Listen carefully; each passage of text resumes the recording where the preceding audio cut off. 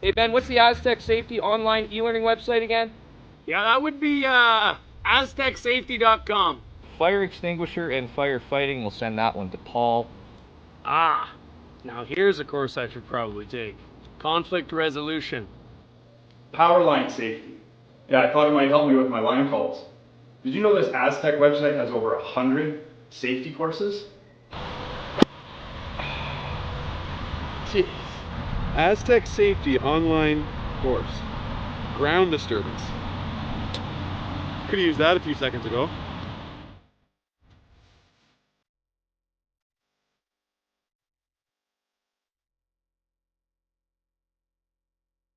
Welcome to the rockshop.net, the official store for the Grand Slam of curling. Whether you're looking for the best hats, stylish clothing, fun toys, or unique accessories, the Rock Shop has it all. Shop online anytime at therockshop.net for exclusive Grand Slam of curling gear, or come see us in person at your next event. Therockshop.net, where fans find their favorite curling gear. A very pleasant welcome, curling fans, to the Martensville Curling Club. It's the Aly Jenkins Mixed Doubles Memorial here on Curling Stadium. We have this matchup between Koana and Go Aoki versus Sherry Just and Kyle Cherpin. Both these teams come in at 1-1. Thank you so much for joining us, and for those who are joining us from afar, konnichiwa and arigatou gozaimasu for watching us. We do want to let our friends in Japan know that we do have a Japanese language stream available for this. Ono-san has the call. The link is on our YouTube page. So that's some exciting news for you folks. But you can stay here with us too. We like you. We love you. And speaking of guys I love, here's Marty Thompson with me. How you doing, Marty? Pretty good, Dave. How are you doing? I am super fantastic. How many games is this so far for you, this event? This is game number 7. Oh, amazing. Very good. And this is draw number 7, just so we're perfectly clear. It's perfect. Well, this is my first game, but this is obviously not my first time seeing this Japanese team. They're running in here to this last chance Olympic qualifier to try to get to the Olympics here just in a few weeks. So I'm really excited to watch them play. They won this tournament last year too. So again, a really exciting team against a bit of more of a local side here in the Saskatchewan unit with Justin Cherpin. So yeah, really excited to see this game unfold as we see Yellowstones here with the hammer to start, and some decent draw weight too. We're seeing a pretty loaded forefoot to begin here with this Saskatchewan team looking to convert. Yeah, Koana and Aoki lost their opening game in a thriller to Pere and Rios. And then they won against Simpson and Dirksen.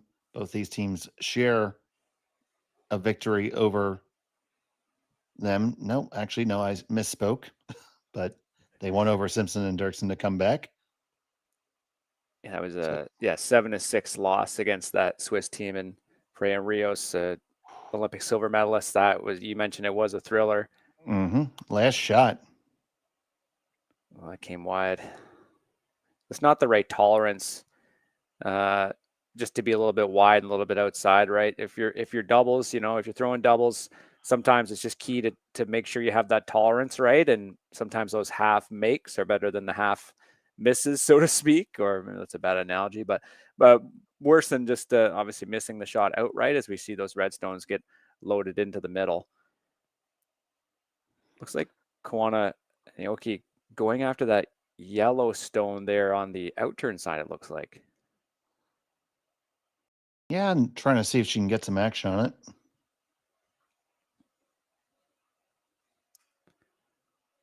A little discussion here, knowing that Justin Cherpin could go after it. They could sort of chisel off their own yellow and get in there, but yeah, it is coming on the outturn side. You just see how she has the handle started on the in-turn and switches it to the out. Everybody has their own little delivery routine. This is running on them.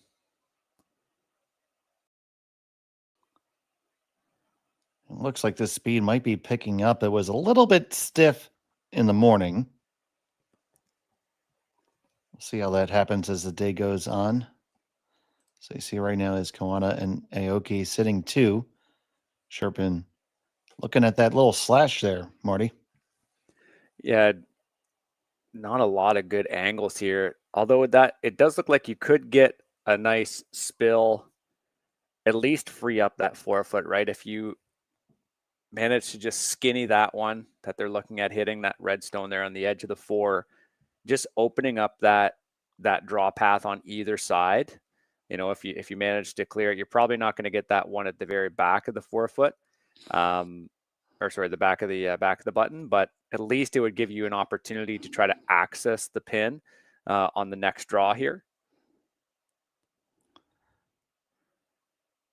So these curlers, yep, these curlers from Saskatoon send it on their way. Not a lick. Going to catch it really thick, and they're going to get the back one. So what was that about not being able to get that one on the pin? Well, it's funny, you know, I was kind of saying that's a really good outcome, but it's kind of not the ideal one because you can kind of see now, you know, this Japanese team can protect that red stone, right? They're going to come right into it. They're maybe even going to bump it up a little bit. And suddenly you only have that draw on that outturn side. So I think they would have wanted to maybe try to get at least spill that top one and then get some movement on the one at the back, just so that the draw would be available on both sides. Because, you know, right now, this Japanese team, if they make this really good, they can even cross over a bit. They can make that draw really hard. You know, there's options for them to really protect both sides of the sheet here and really put some pressure on the Saskatoon team. And they do come in as one of the top ranked teams in the world. Number 4 going into this tournament. Yeah, Koana's draw weight is usually just about perfect. Real strength for this team. This one, just as we said, that is running. Curse the commentator. Again, you talk about tolerance, right? That's just not quite the way. If you ended up light and you ended up actually guarding that one, it's pretty good because you'd have this Saskatchewan team coming in on the other side. But now there's a chance to access both reds.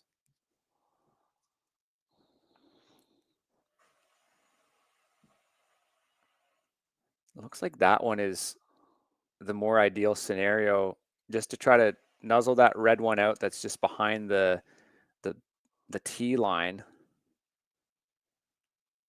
Mostly because it just gives this Japanese team a little less to shoot at. I think if you end up trying to get a little greedy and try to shovel off that red above the tee, you know, you might end up with an awkward angle that they could attack. But at least in this situation, you could get something right on the pin, make it hard to remove going into the final 2 stones at the end.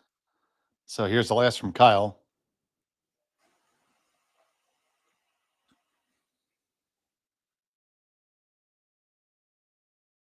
Just a heavy clean thus far. Needs to take that curl. Sweeping a bit for distance here. Just a couple little licks to try to walk it in. I had to come up a little bit more. It's serviceable for sure. It does appear to be shot stone.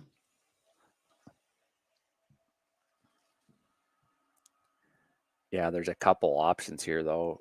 Just with seeing how much it's curling, Dave, you've seen more games here. Should be able to get to the inside yellow, but obviously they'd be able to come off their red too if they wanted to be really greedy like that. But should have enough curl to get to the inside pretty comfortably, right? Oh, yeah, both shots are definitely available. Because even you get really, really thin. Yeah, right there, basically where the broom is there, you could shovel them off and maybe even be sitting 2.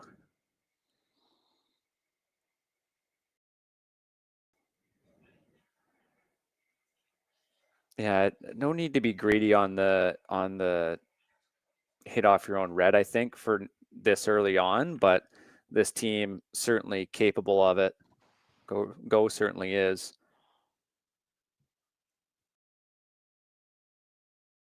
Or maybe that's what they're doing.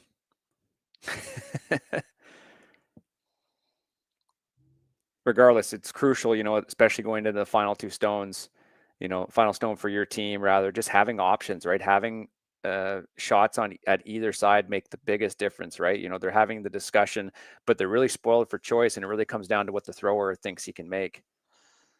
So here's the last from Aoki. He takes over the sweep. Yeah, just dropping back to call line here. Line's got to be super precise. This has the weight's going to chisel off of their own and roll right on the lid, and they lie too. That is such a well-managed shot. Really good call there. Good communication. Tori able to drop off and call line. In that case, both players, both the thrower and the sweeper in that case, have that input on weight. And then it's key for her just to kind of drop back and get that line just right, because they both acknowledge that it had, it was maybe back 4 or something like that. And just to get that little chisel off, that little carve at the end, oh, that was so well managed. Really puts Justin Cherpin in a difficult position because, yeah, they throw this way, you could jam really easily. Some bad stuff could happen. Yeah, if you hit that Yellowstone that they're kind of looking at, if you get a thick part of it, it could just jam off the back. You could give up 2, maybe 3. It's hard to say. Well, this is where you look really close at it, and if you're second, you might just punt here. Yeah, most certainly. Just not worth the risk. There's so few opportunities here to actually get something that you would like as an outcome from the end. So they're kind of seeing just putting the broom down there in the middle of the 8. They might be punting. And we'll see if it is 1 or 2. They might be laying a stick on this one. It's always a good chance too in doubles, if you do get the chance, just throwing a rock away, for example, on your final stone, just get a read of the ice, especially out wide. You end up seeing the same pass a lot. But if this is a control weight hit out to the wings, just for an example, on your last stone, it's a good chance to sort of see what the ice does.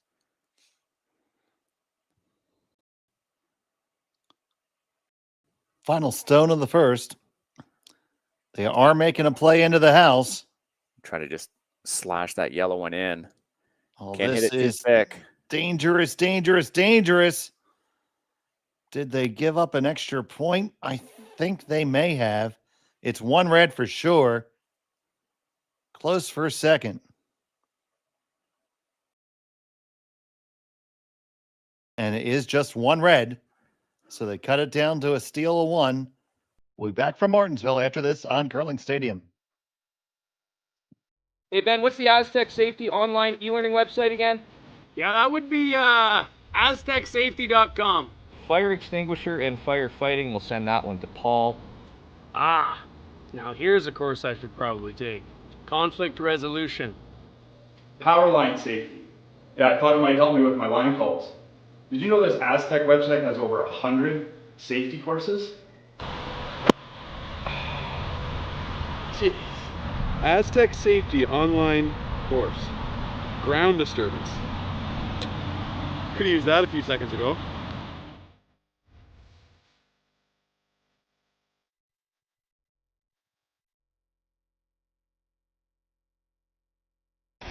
The 2025-2026 Grand Slam of Curling schedule is out, with big events happening all over Canada, like the Masters heading to London in September, the Tour Challenge from Nisku this October, the Canadian Open from Saskatchewan in December, and the Players' Championship from Steinbeck coming in January. Early bird weekend and full event passes on sale now at gsoctickets.com. Let's rock. Welcome back to Martensville. It's a stolen point for Koana and Aoki in the first end. Justin Cherpin had the hammer here playing in end number 2. Dave Schmirler, Marty Thompson, Connor Sims in the background on the knobs and levers and sliders, doing all the stuff that he does. And that was an end where Justin Cherpin just the whole time were chasing. Yeah, certainly Japanese team gave themselves the opportunity to make that really nice sort of tick down on the draw. And we were just talking in the break that, they must have been sitting 2 in the 4-foot. So yeah, really, really well executed end. This draw went a little deeper than they would have anticipated. Good chance to get right on the pin here too. And good chance for Sherry and Kyle just to get another read of the ice here, get the weight down. You're mentioning the conditions seem a little bit different from before. Obviously, it's hard to tell on broadcast. We see a little pushback there, but always worthwhile, especially in these early ends. It is doubles. There's the precision's not necessarily the name of the game. So if you can get a feel for the ice early on for draw weight, it's always helpful.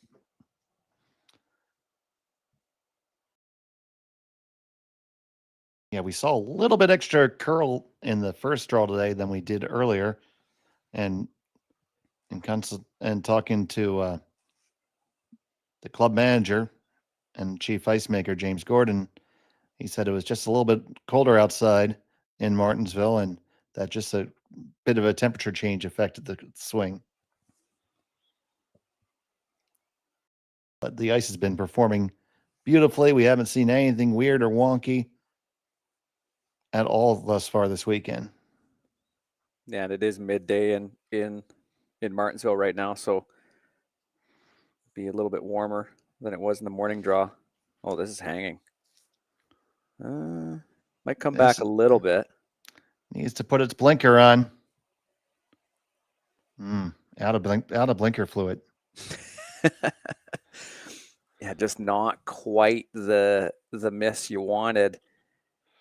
If you got to the inside, there's so easily they could have been sitting on either side of the button, right along the center line. It's not bad that they sort of squished that first draw of theirs right, so it's to the back of the 4-foot rock there, the placed rock. Hard to remove for sure. Of course, if you don't have the hammer, you're really focused on keeping that scoring area small. So it certainly is quite small here for Justin Cherpin as they try to attack that red stone that was just thrown.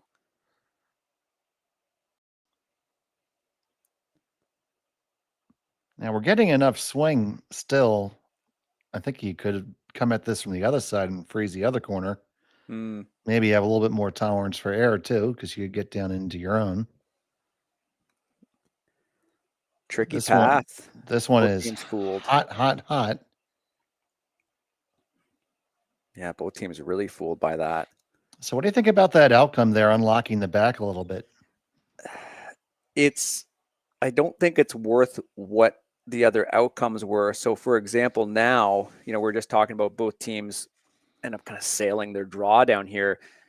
This Japanese team just wants to come right to that red rock. Well, if they do end up sailing again, and it does end up hanging, if they end up just ticking off that Yellowstone that's on the edge of the 4, suddenly they're in a line and they're hard to remove. So I guess it's good that you unlocked it, but at the same time, it allows your opponent allows them to really line them up in the 4-foot. And if they make this really good, and again, there's tolerance for it, you're in trouble. See, it is running for them. There is another one, and it seems it's really keening up, and both teams are burning up this same track. Just a little tick off the yellow is totally fine. Yeah. Yeah, they're going to chisel on in, and that is a very nice outcome for them. See what I meant with that, though, with that tolerance, right? It ran. It was a little quick. It was a little straight. But again, you never want to give, especially if both teams are being fooled with a certain path and forced down a certain path. You never want to give them the chance to almost throw that same error that they threw, right? Because then the thrower can just sit there and say, great, just a little adjustment and we'll still get the same outcome, right? Absolutely. The only issue with this is this yellow is going to be exposed if they make this. And really, both of their yellows are going to be vulnerable. Yeah. So we just said, what's wrong with that shot? What's the better one? I know. I guess you could end up. There's got to be a pony in there someplace. I like that.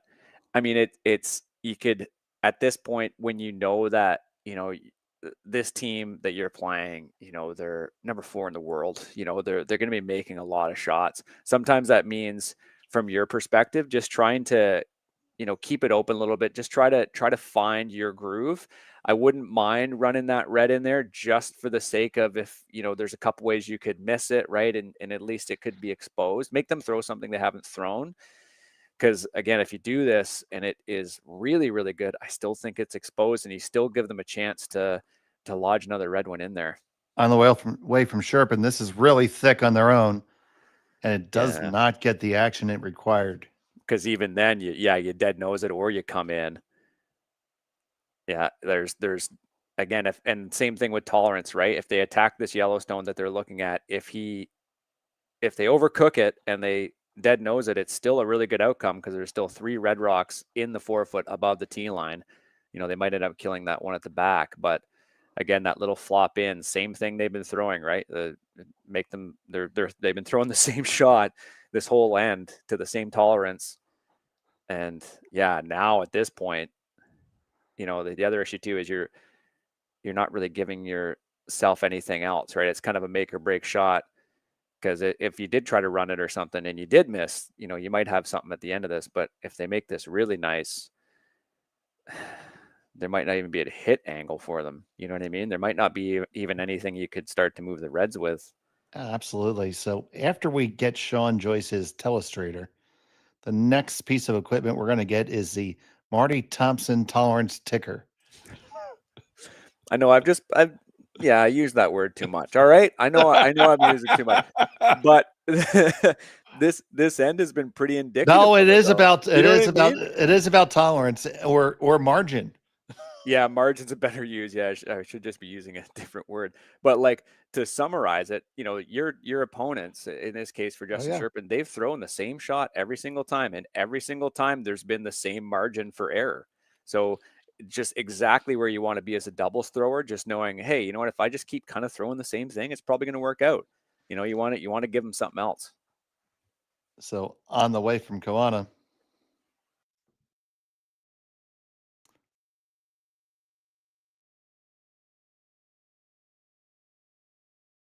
you're going to make that hit, get just a little flop inside, and set up all those angles beautifully. And that was certainly in the tolerance, Marty. I'm trying to think of what a tolerance ticker would look like. But yeah, but even in that instance, right, you kind of talk and it's like, oh, I guess I could throw it maybe like a smidge harder than I just threw it, a couple more feet, no problem. And that's exactly what they did. It does seem like there's an angle for this team to at least remove some granite. You can get 3 rocks moving. Yeah. You can get the one that you're hitting there right in front of it. You get the one that's on the tee line. And if you're hitting it all dead nose, you should catch the red in the back as well. But will it stuff it? I don't think. I think you can make it. But you're going to be hitting a very small part of the rock. See, now I'm conscious of saying tolerance. Well, the gift of these angles though is that, like, if you make this really, really nice, you'll at least be able to access the button on either side. That Sherry will have a draw at the end at least to get in there if you can clear it out properly, right? You have to have a way in. You just really can't give up another steal right now. Yeah, unless they want to be really cute, the Japanese team, and just sort of tick that red in the top 4 and see if you can cover both draw paths. But regardless, this is a crucial shot. First things first, Kyle Cherpin. Got to keep it out a bit, I think, here. Yeah, Sherry's picking it up. This looks like it's over curling on them already, and it's on the guard. Of all the ways to miss, that was probably the worst. The tolerance ticker is flicking off the board right now. They could be really greedy if they wanted to, and they could just punch that back. I think that's really the sound play. They're looking at just trying to, at least from the broom placement though, they look like they were just trying to draw into that one in the top 4. But if they're even just a little heavier, right? If you throw like a back 4 or something, man, it could be sitting. I guess you could probably be sitting 4 comfortably. You could maybe be sitting 5 if you played it that way, but yeah, this is a really key shot to take just about everything away for Sherry. So Because if you do tap it back and you're on the side of the rock that they're attacking it from, on this outturn side, you could even take the draw to the button away. embarrassment of riches here. Yeah, I'm wondering if they're maybe talking about trying to tap that back, just because, it does seem you're a little greedy, but you have to just start thinking, okay, how could we really mess ourselves up? I don't know that you really could, because if you throw it really heavy and you end up kind of ticking it over, it's still, you're still going to have all these rocks in the front. So I think that's just based off this line with go sliding out. I think that's the call. So their final stone of the second. It's out there though. Gotta bring it back. Oh no. Oh, it's going to come back. That's not a problem. It's just a lot of weight. Still moving 3 stones though, so Little tick. boink, There it is. boink, boink, and you lie 3 for sure. Yeah, it's not bad. Really no good angles here too to remove any of these stones. You just end up, just the risk of you jamming on those yellows is so high. I think even attacking that one that's to the red, I think even attacking that one, the risk of the jam is still on. Oy. What angles do you like here? I like renting a helicopter and placing one on the button. That's my best solution right now. I'm trying to see if the angle works if you catch a quarter of the one there on the top 4 right by Sherry. Do you go into the top one, into the back one, and then into the next back one? But I'm still pretty sure you might cut it all the way down to 1 if you do that. Yeah. Yeah, I think that's probably the best outcome. Because the one that she's standing at will hit the one that's at the top of the button on the center line. Carry him, if it carries enough action, into that one on the T line, which in turn, hopefully will go onto the one on the back of the button. Does it also touch the yellow that would be 4th shot stone? You hope it catches it enough, and you don't move the other one, because that's the one that's probably going to end up being 2nd shot. And the green grass grows all around and around. Yeah, really, really good shot making from Koana and Aoki. Just, you think even the misses in this game from Justin Cherpin have been so slight. You think of the draws that they've made similar draw misses in terms of just being a little heavy from the Japanese team, but they sure are making them pay with this final stone. So Sherry just facing 3, final stone of the second end. Needs a miracle here. Kyle picks it up.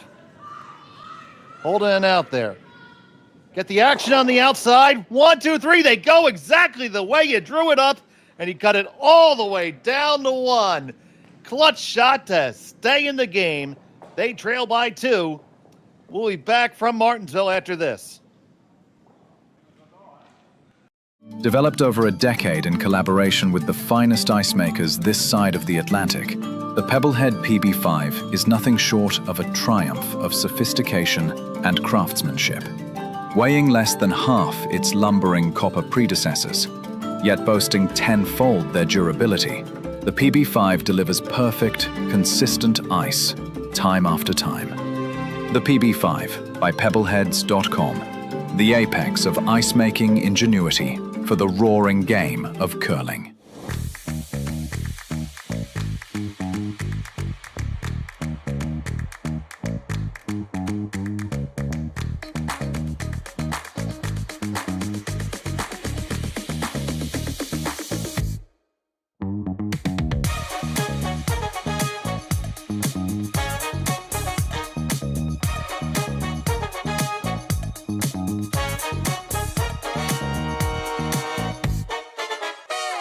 For over 20 years, the Sandra Schmirler Foundation has granted more than $9 million to hospitals across Canada for life-saving equipment for premature and critically ill babies.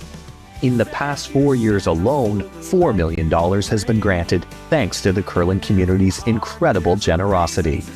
The need continues year-round, and with your help, we can ensure every baby has the chance to grow up and become a champion, just like Sandra. And welcome back, and that was an exciting end of the second end. Marty, take us through this great shot. Yeah, that was just the kind of angle that we were looking at too, Dave, right? And was it going to work? Was it not? A really good throw. I thought right here, just being able to push that rock out right away, maybe a bit, both players probably saw that it needed to go out a little bit. Really well managed to get that angle just right. You were right. Just that perfect amount of that red stone. Yeah, that you mentioned it there too in your call, just a game saver, and it absolutely is. Like if you end up giving 2 or 3 here, the beauty of doubles is, it's really easy to play defensively, right? If you start thinking about throwing up guards, or you're thinking of throwing rocks lighter as opposed to throwing them too far, especially against a team like this, you don't want to let them take that early lead. That was just so clutch. What a shot there from Sherry. Absolutely. And that has to flip the mindset, Marty. Doubles is interesting, right? Where it's a very fluid game, and you're constantly moving. With fours, there's a lot of stationary, right? There's even a little bit more talking, right? In this, you play doubles too, Dave. You know this, the momentum you can really start to feel it and really start to see it shift. Now, that draw was a little heavy, so maybe the heart's still pounding a bit from keeping this game going. But no doubt at all. But it's just about trying to readjust, try to find your bearings, and knowing that you just made a great shot against a great team. But they're obviously going to throw that perfect top 4 draw on you, so they're not going to make it easy at all. Yeah, that has to feel like scoring 5. Yeah, it certainly does. It certainly does. But it's about feeling like, okay, you get your feet in. We're and you start talking about how you've been playing too, right? I think for these two, they really haven't been playing that bad. It's just, that this Japanese team has pulled out a couple really, really, really nice shots. So just focus on that. We've been playing good. Just focus on it. Comes down to the draw weight here too. This top 4 rock is so tricky in doubles, just making sure you can either get right to it or get right underneath it. Keep in mind, they still have the hammer. Right, and the same thing for Koana and Aoki. They have to feel tremendous about the way they're playing, and they have the experience, have been through this, but just don't let that deflate you either, because you almost feel insane. What do I got to do? Yeah, exactly. Yeah, doubles can feel like that too, for sure. Now this is interesting because we have a wall of rocks behind the tee line here, so lots of catchers here. It's hard to tell if this was exactly intentional here from this Saskatchewan team, just trying to maybe punch out, just knowing how much the rocks curl, just trying to punch out, the red rocks so they're in one half and then potentially leave yourself a hit. Because even, we saw that perfect top 4 draw. Some places, top 4 is impossible to get to, but certainly not in Martensville. So really no rocks are safe. I think they're thinking about pushing that out just with the idea of potentially activating those yellow stones. And certainly giving this Japanese team a thought, do we start to get rid of these, or do you just try to make the same top 4 draw again? I like the draw only because they can only do that so many times, and especially if you put that rock back exactly where it was, or even a little bit deeper, with where that red stone is that they tapped up, it's going to be harder to remove. I like the draw all day here. I mean, alternatively, you could kill all 3 yellows right now with 1. I think right in the crotch there, you get them all. Yeah. That's a good point. Tough for those rocks to score if they're in the barn. Yeah, you just see how active these rocks are as well. I think they're seeing that 2-for-1 where, I think Go was pointing, if you ever make this hit, boing, boing, and then you could bounce back up and end up back out towards the pin. It's tough to say. That's got to be pretty precise to get it there, but good discussion from this team. 2025 Asian Winter Games gold medalists. As we mentioned, they'll be representing Japan at the 2025 Olympic qualification event in Kelowna here in a couple weeks. one of the top-ranked teams there, will be expected to proceed towards the Olympic Games.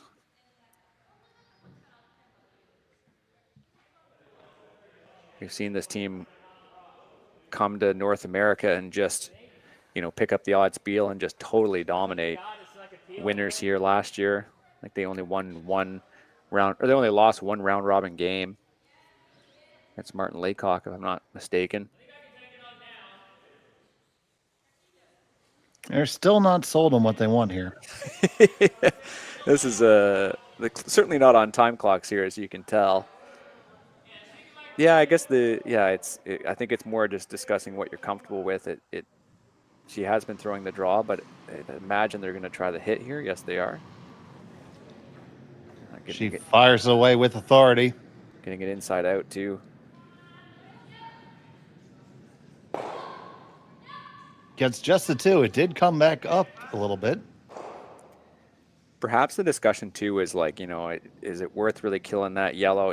If it's a little bit more has to do with scoreboard management, I would totally get it. But we're pretty early on in the game, and perhaps the Koana Aoki team smells blood a little bit, right? Like we could be a little bit aggressive, just knowing how well we've been playing. We don't necessarily need to be this pragmatic early on, but again, doesn't hurt to be a little defensive. If just Cherpin can make that little tick, that little draw, then, we can come back in again. You're going to need to see some really heroic shots here from the Saskatchewan team in order to really activate that Yellowstone at the back. So maybe just let your opponents throw some excellent stuff and see what happens, right? Absolutely. I was waiting for activate. That's the first one of them. That's my other favorite Martyism. I know. I used one of these games. I used the term smudge as like when you're in doubles and it's kind of like maybe a back four or a back eight, and you just to change the angles around a little bit. I can't remember who I was calling the game with, but they said they actually liked that one. So very rarely do people actually like mine, Dave. So that's good. Well, I go with jostle, or if you got to move the broom a little bit. Yeah. It's a skosh. Skosh is good. Yeah. This looks tight. They are on it hard. Going to be really friendly to the guard, and no room for the Holy Spirit there. Yeah, just seeing that Kyle has that little crossover in his delivery, right? His body is sliding a little bit farther wide than the rock. It's probably a way that he's been throwing for quite a while, but I could see it, especially on ice this curly, it'd be hard to really dial in, right? It's one thing that you just throw that way and this is how I throw and it's all good, but like sometimes just how your body is approaching the target can be, you're going to encounter ice sometimes that's just like not friendly to it.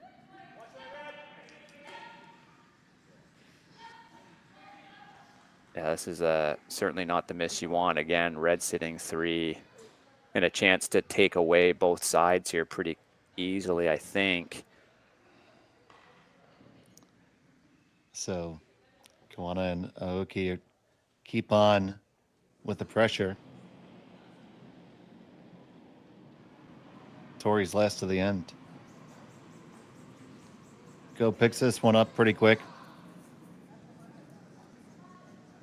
Now just that heavy power clean. Let it grab the curl.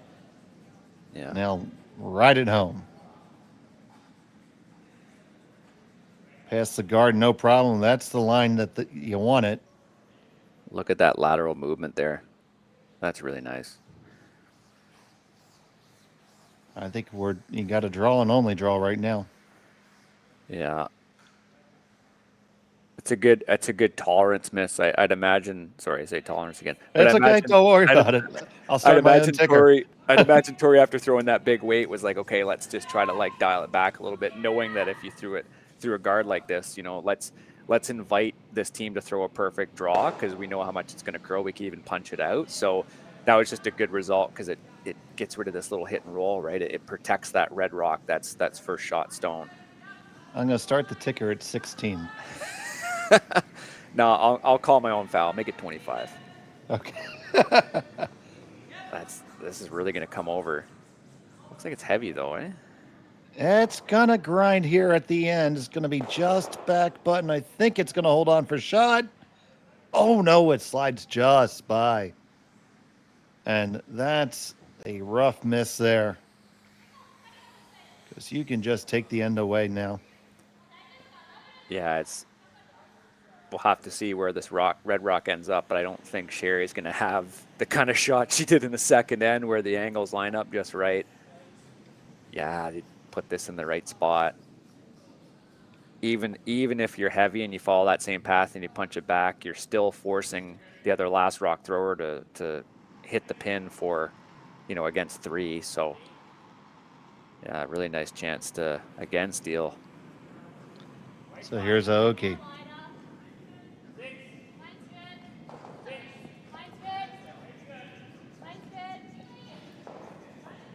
Keep in mind there, Tori's is really the first time we've seen a team actually be light on a draw.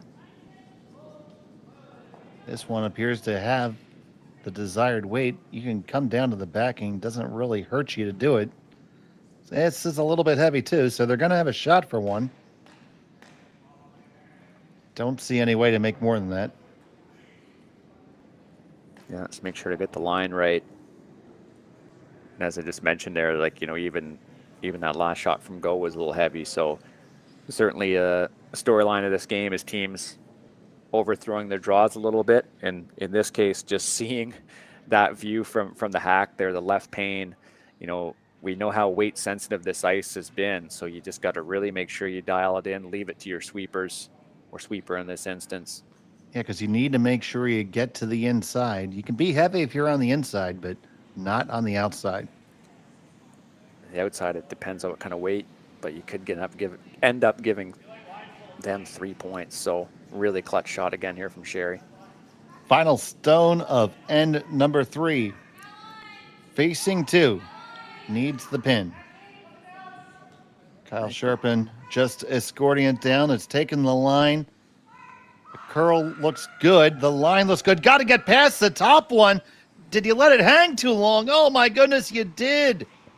And it's a steal of 2. And after 3, it's a 4-0 lead for Koana and Aoki. We'll be back from Martensville after this on Curling Stadium.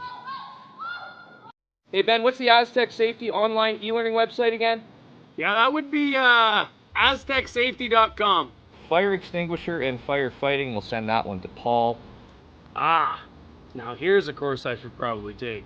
Conflict resolution. Power line safety. Yeah, I thought it might help me with my line calls.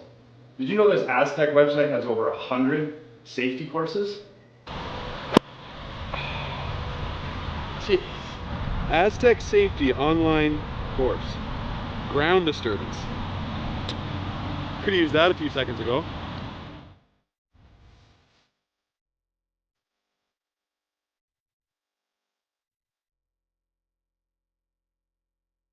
Developed over a decade in collaboration with the finest ice makers this side of the Atlantic, the Pebblehead PB5 is nothing short of a triumph of sophistication and craftsmanship.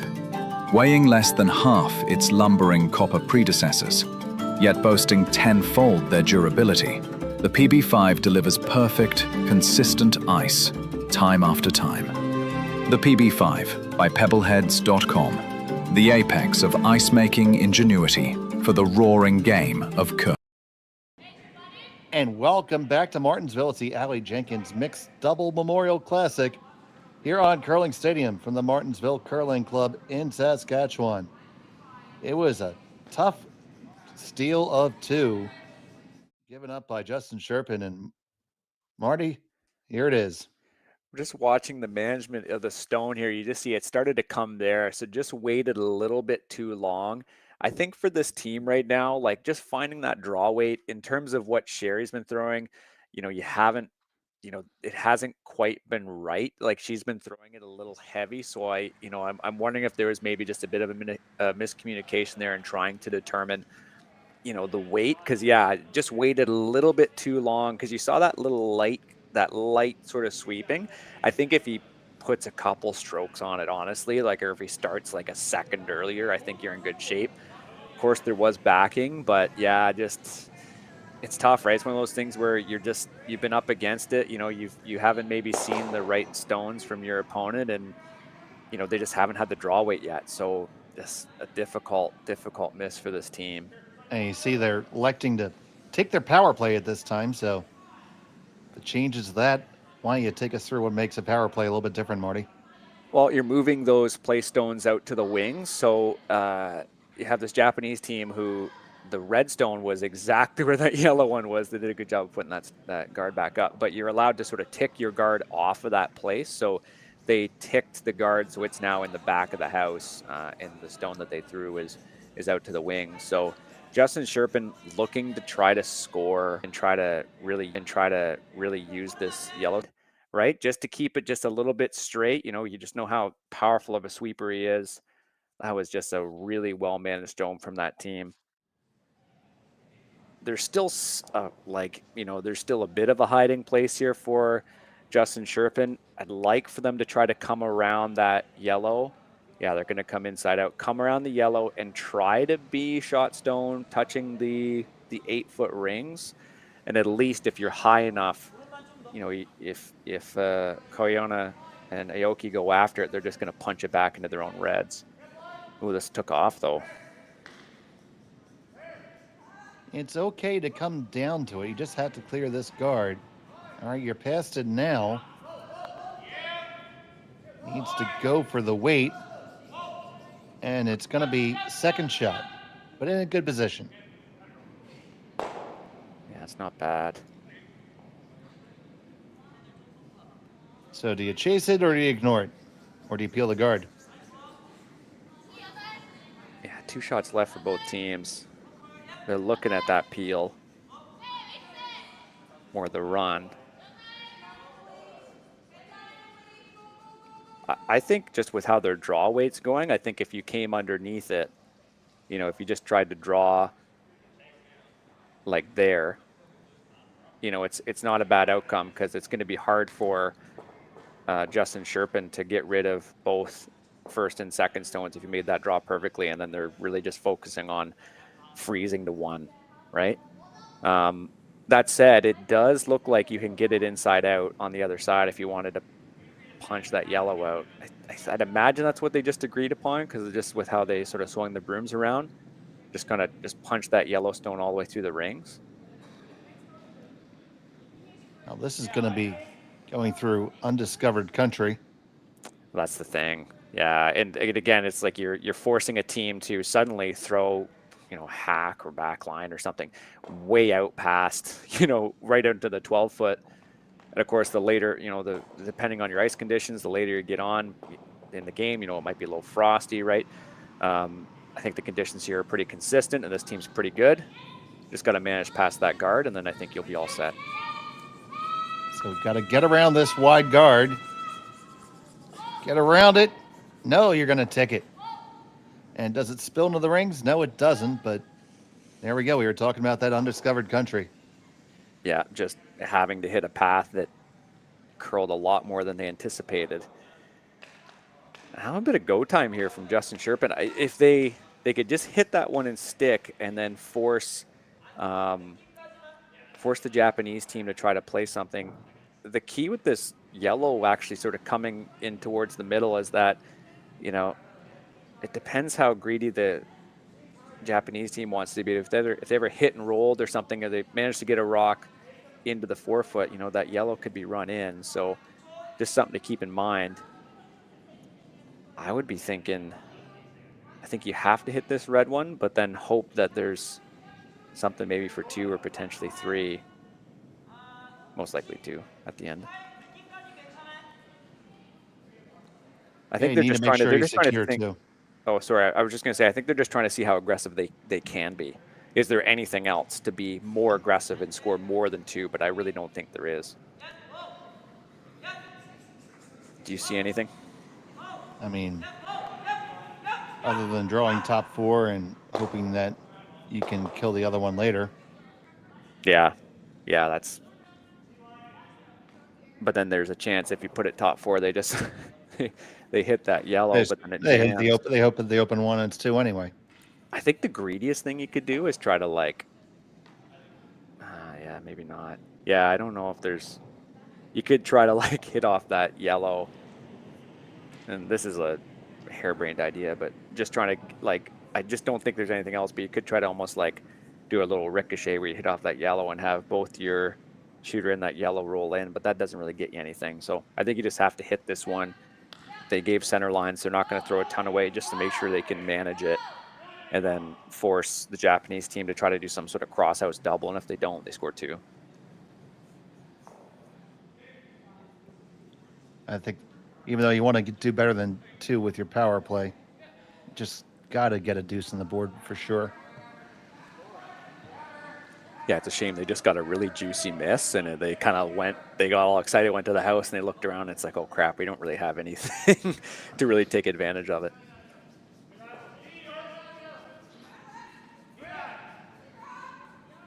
Again, not a lot of weight, just making sure they can just sort of bump it, if anything. This is over curling an awful lot. You got to be and your third shot. All right, well, they might have gotten a lifeline because you just saw Aoki just say, let's just draw right to the top 4. But the problem with that is you might end up giving just Cherpin a shot for something. You like a run double or something right off of the guard. It's obviously super high risk, but I think if you're Justin Cherpin, right, you want to be a little aggressive. You want to try to score.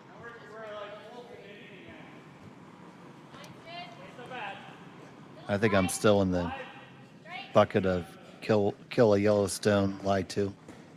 Yeah, I don't think you need to be too greedy right now. Play the scoreboard, right? If you, something to think about too with the power play, right? You know, you keep someone to a score of 2. You know, that's obviously, you know, not ideal for the team with the power play. And just keep in mind that, you know, this Japanese team has a power play to go as well, right? So if they score 3, you know, then all of a sudden, you know, they already have a 1-point advantage over the sort of power play versus power play. So just be conservative. Just know that you still have that advantage to play in the game. And, yeah, let them have their 2. I do like a team that, you know, is exceptionally greedy when they're playing well. You know, I think that's where, you know, the teams in mixed doubles can be really successful. But I think just with the scoreboard, I just don't think it's the time. All right. On the straight hit, you got it. Roll in. Did you get second shot out of that? Well, that's really close. Might not have.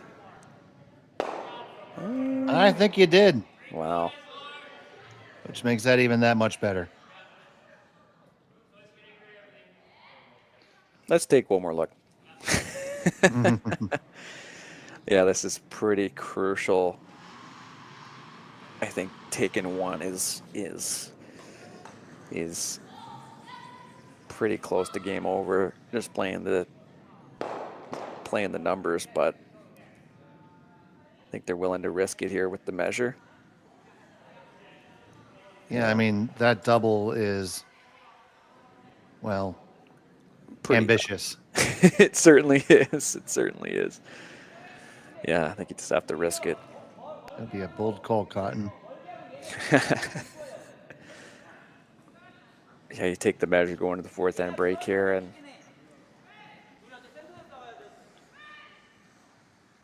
have a quick chat, reassess, right? Yep.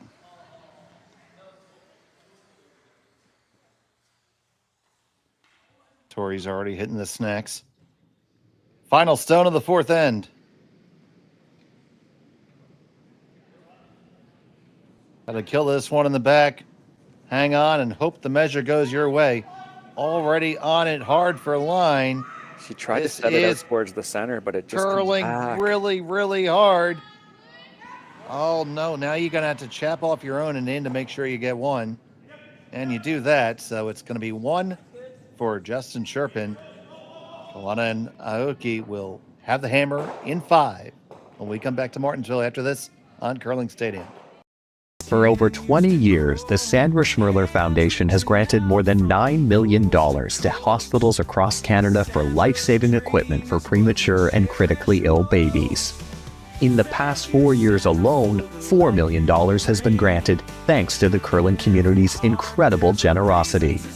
The need continues year-round, and with your help, we can ensure every baby has the chance to grow up and become a champion, just like Sandra.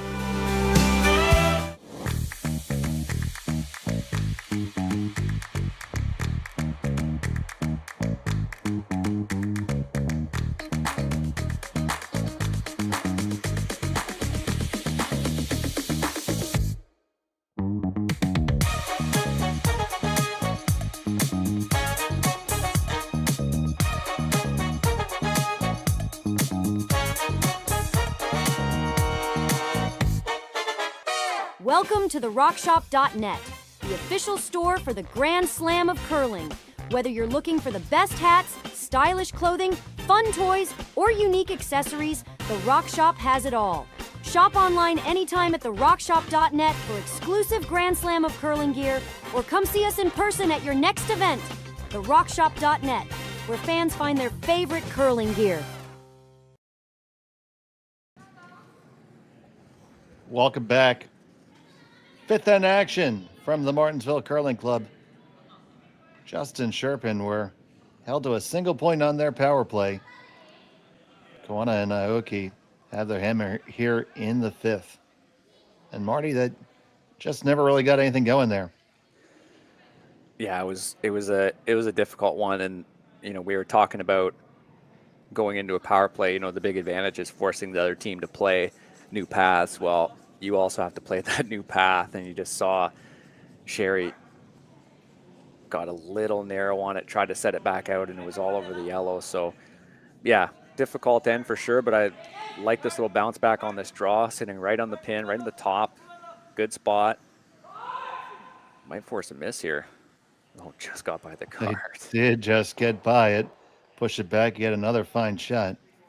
So let's take this opportunity to take a look around the rings if we can. Over on sheet one, we have Gill and Hewitt holding a 6-2 lead over Kim and Jung. You see that game now playing end number 5. Gill and Hewitt, another team going to the Olympic last chance qualifier here coming up. Yep, they are the number 1 ranked team in the world. Over there on sheet 2, Ingram and Tinuik are 4-2 over Pere and Rios. And of course, we have our featured game. And over in the corner on sheet 4, we have the Lamactagnes. I butchered that. I apologize to them. And versus the Langs, that one's easier. And the Langs have a 5-4 lead, playing the fifth end as well. Look at that house. The shape is crazy. That looks like a really exciting end there. And if you want to tune into that, you can take a look at that feed as well. We have every draw streaming here on Curling Zone. And also, for those who may have just tuned in, we do have Japanese language commentary available on its own separate stream. Ono-san has the call on Curling Zone as well, but a bit of an end developing here as we bounced around the barn. Yeah, I think just on that draw, Justin Cherpin looking to get right corner frozen to the red and be a little bit more exposed, but instead we're getting this classic mixed doubles lineup here. Always tricky against, I know from this Koana Aoki team, once you start getting this lineup and the angles are just right, a team like this is not afraid to just run that guard back and free up some stones. So you have to just keep in mind, how these rocks are eventually shaped up, what kind of shape you give the other team. That sort of run back is always in play. We haven't seen it yet, but this team, just knowing how aggressive they play, certainly something to keep in mind.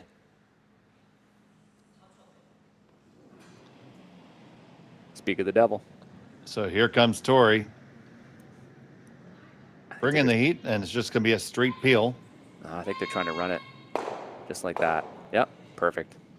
So it just shows again, like that precision is there. And the key with that shot too, right, is, you make it great. Oh, that's really good outcome. And now that red rock is sitting there. You're running your own in. And if you're in that position from Justin Cherpin's perspective, there's just so fewer places to hide, right? You could put a yellow rock in there, and again, unless you're absolutely perfect corner frozen, you know, and unless it's completely unmovable or corner frozen or right to the nose, you know, suddenly this team just proved they could do it, and now they're going to be running their own rock in. So the corner freeze the call again, Marty? Yeah, I think so. I think they'd like to try to get right to, like, try to get to the nose, try to make the Yellowstone that they're just throwing immovable. You'd almost want to line it up in such a way where if they did try to make the same shot, they run red, they run that red in the top 4 into yellow and potentially jam at the back. So the thing with the corner freeze too is if they do make that same shot and they rip it out, or of course the alternative here is the guard, which I'm not sure if that was the call, but it's a good miss, forcing this team to double peel probably, or that.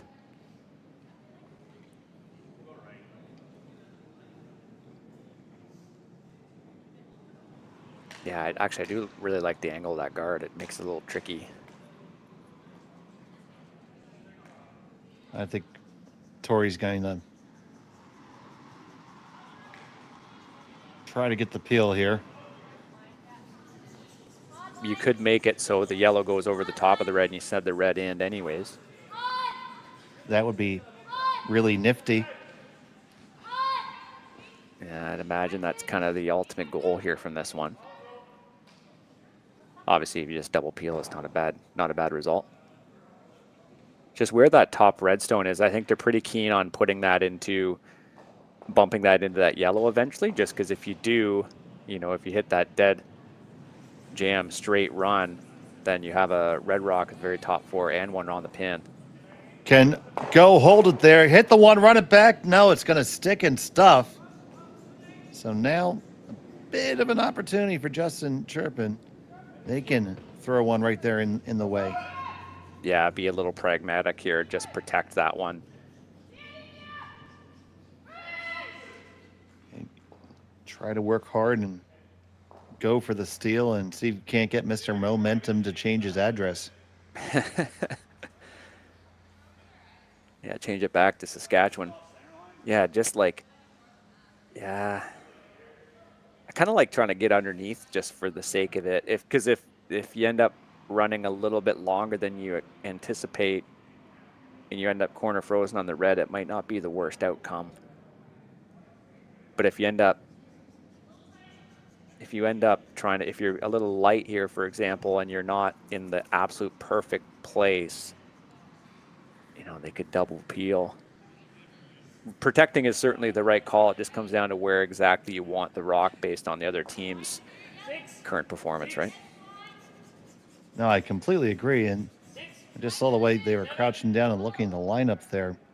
Don't think they would ever contemplate a run here, but no. Based on the turn, I think they might be. No, they're not. Good.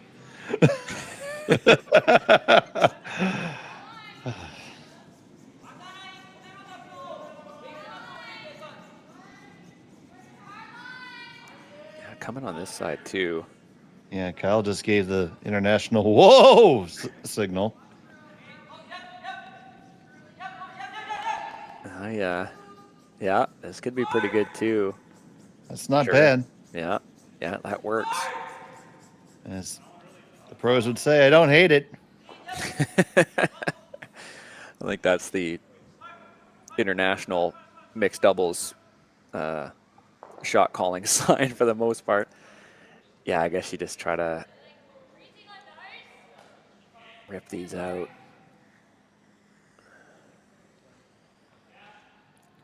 I once called a shot instead of hearing I don't hate it. My third replied, I like practically anything other than that. Including hogging the stone. You know what? Appreciate the honesty. Yeah. You know what? Yeah. I called the shot anyway.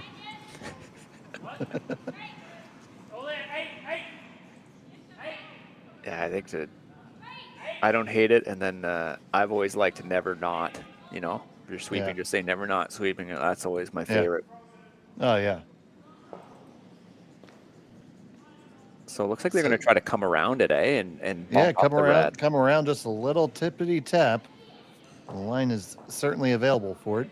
It's a really smart call. Don't get distracted by these yellows up here. Just play something you know you can play. This one's curling hard. It's going to be tight to the guard. Is it going to over curl by the time it gets to the red? So good. They hold it right there, and it is shot stone.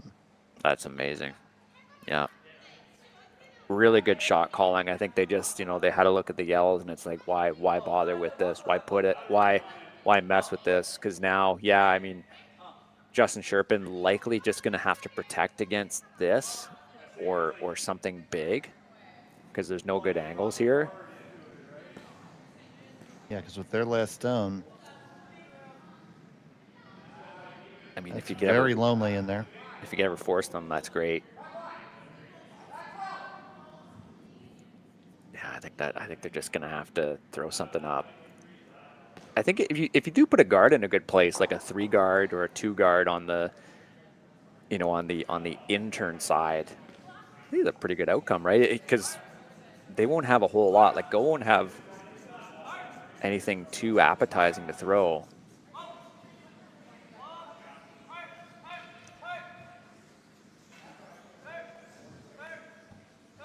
Yeah, Sherry's certainly been put under pressure here, but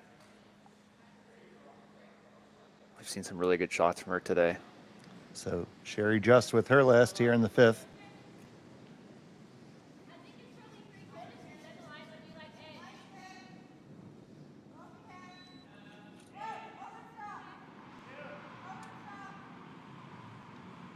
This one just needs to grind in. Kyle likes it. A little bump would be great. Yeah, that works. Really good spot. So I'd imagine they're seeing this, like running that red guard. Is that what they're seeing? Probably. Yeah, I mean, if you, I don't see a downside. Yeah, there really isn't. Thankfully, if there was, I don't think they'd be trying it. Oh, maybe they moved that red rock by accident or something, or oh, I think they did.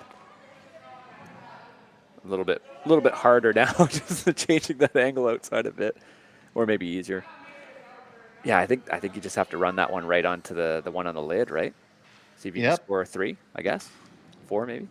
Absolutely. So, gonna run this stone in. Oh,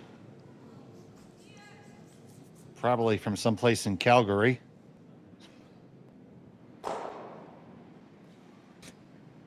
Long way to get there.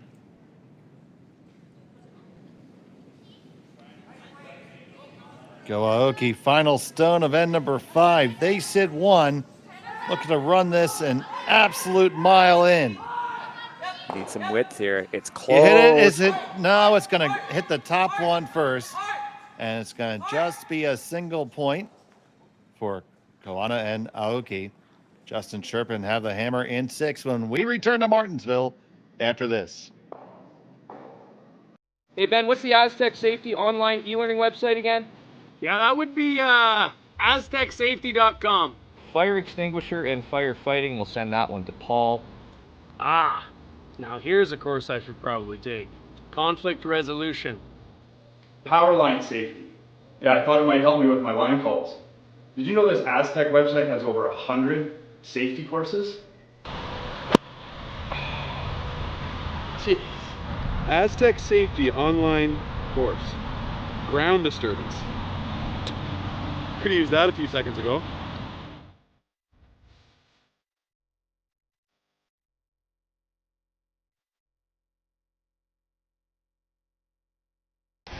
The 2025-2026 Grand Slam of Curling schedule is out, with big events happening all over Canada, like the Masters heading to London in September, the Tour Challenge from Nisku this October, the Canadian Open from Saskatchewan in December, and the Players' Championship from Steinbeck coming in January.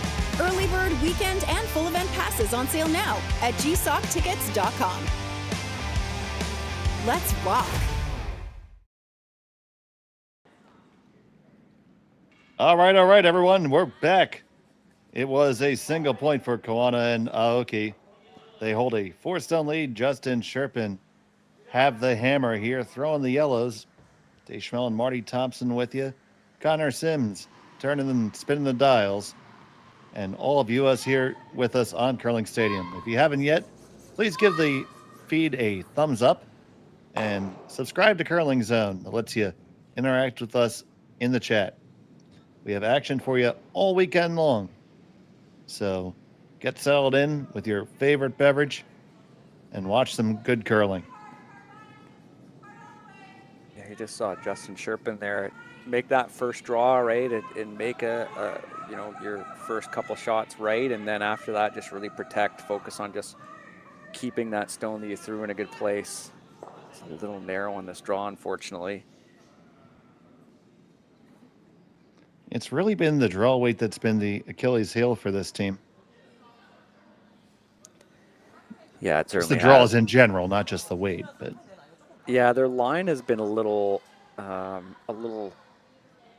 fluctuating. I think a little bit more than they would want to as well. You just see, obviously wrecking on the guard is not ideal, but we did see Sherry there just be a little narrow on that inside out draw there to try to score 2. So. And that power play end. So yeah, just something to dial in for sure. Just talk about it, right? There's only 2 of you out there. There's not 4. In doubles, you got to be really honest about how you've been throwing the rocks. So just take that time to say, look, I did this. Look, I did this, right? Helps you read the ice and helps you sort of fix any issues that have arisen during the game. And Koana and Aoki still have their power play available to them. But you can only take that when you have the hammer.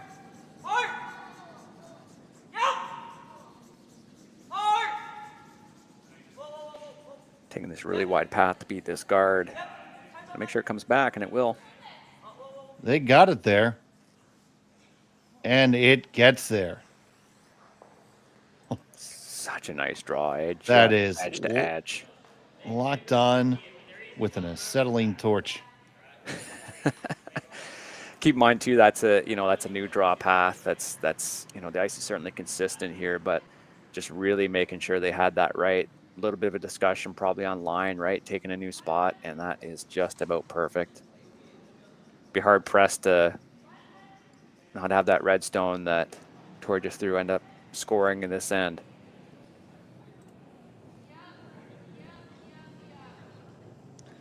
Well, Kyle says, not with that attitude, I'm going to do better now.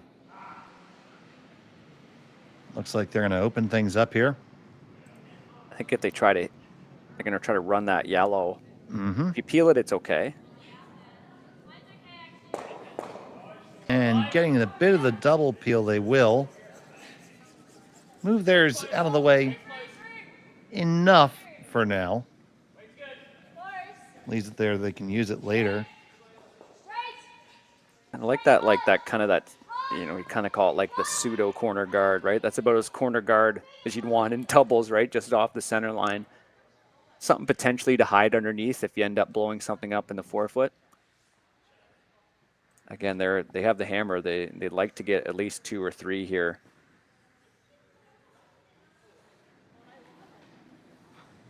Just to make sure you can continue to keep a foothold in the game.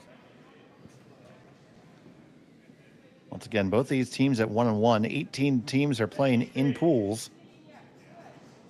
At the conclusion of pool play today, the top 8 will advance. Tiebreakers are draw to the buttons. It's Team Martin and Laycock that appear to have the best last stone draw the last time I was able to check. And Nancy Martin, just one of the best drawers, one of that really nice, that last rock thrower, right? It's just can't beat it. Speaking of good draws, my God, took it from the other side too. Yeah, Nancy has so several zeros on the LSD board so far. And for those of you who don't know, that means you are on the pin. They are not using the triangulation method here. So if the pin is covered, it's a 0. exactly what you want from your first and last rock thrower, right? It's make that first draw perfect. And Justin Cherpin, great example in the last end, right? You make that first draw really nice, you're in business. So now needing to rattle some stones. Just going to get past the guard, rattle him around. You did shift him and shaft him. It got off the center line. That is important. Gives you an ability to score. But there's that 4-foot corner guard, if you will, right? They just ended up right underneath them. So there's really no removing those unless you don't wanted to run the yellow. Be curious to see exactly where Koana and Aoki want this rock. I'm assuming they'll try to come right to that red rock that's on the tee line and try to get a good chunk of it. Wouldn't hurt being a little light too if they end up kind of being top 8 or something and forcing Justin Cherpin to come right underneath. Then it's a short run to get rid of it. Here's the draw from Tori. This one appears to be skating just a touch.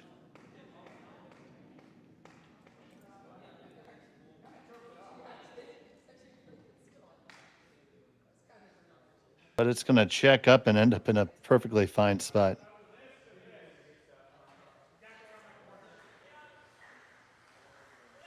And Kyle's going to gallop down the ice to hammer it. And Sherry wants to make sure that's the best idea. Well, yeah, it's you know, you see, okay, we want to be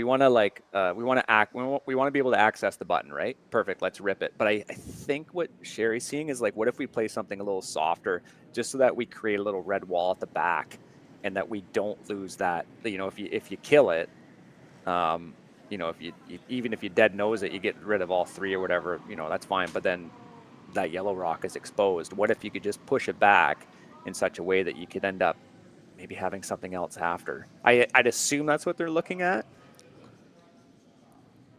Or what's the best angle too? Could you like, is there another option just from blasting it essentially? Yeah, I like that little wave that Sherry gave Kyle, like, get back here, Tiger. Yeah, I know you've been dying to throw peel, but we could maybe try to score some points here if you play this right. Whoa there, doggy. Yeah, I guess there's a way that if they hit that one on the nose in such a way with not a lot of weight, maybe it kind of spills. It kicks that one out on the side of the button, but maybe it kind of spills down to the back of the forefoot, and suddenly, you know, you're forcing the other team to throw something pretty nice to get rid of something. Yeah, or even just like down weight with the nose, and the stone you come into contact, right, like you said, spills to the back 4. Your shooter stays right there. And then you're going to open up, probably the full button area will be open. And there's a good chance that Koana Aoki just guard it. Yeah, right. But then you still have this yellow run. Then you have the run. Yeah, right. yeah. There's shots, right? That's your way in. Even if you have a red one out to the wings, there's potential. There's a lot of stuff to play with on your last. It's just trying to set it up in such a way. And Sherry too, right? It like a good first and last thrower. You know, it's like, get back here because I want to have something to throw, right? Like, you know, we need to think about my shot here too. And what am I comfortable throwing, right? Like all these things are considerations when there's the two of you trying to come up with, you know, the game plan for those last 2 stones at the end. Well, taking some time because this is definitely important. I like throwing something that's a little down weight, just making sure you push off, like you push that rock that's on the edge of the button, that you push it out, and then you just have that one at the top of the button go anywhere to the back 4. Right? Just make that team throw something, right? And make them throw something, keeps your chance for 2 alive. Yeah, I mean, you know, at a certain point, if you're playing a team that is just playing so well, sometimes you need to think, okay, how can we force a miss out of them, right? How can we make it difficult for them? It might not make the most sense strategically for us on paper, but you know, it's like, how can we at least force a miss to generate some offense for us? So Kyle Cherpin throwing this at like control weight. Yeah, a little bit more weight there. Tight to the guard, passed it without a problem. They move it around and they make the triple. 1, 2, 3, go away.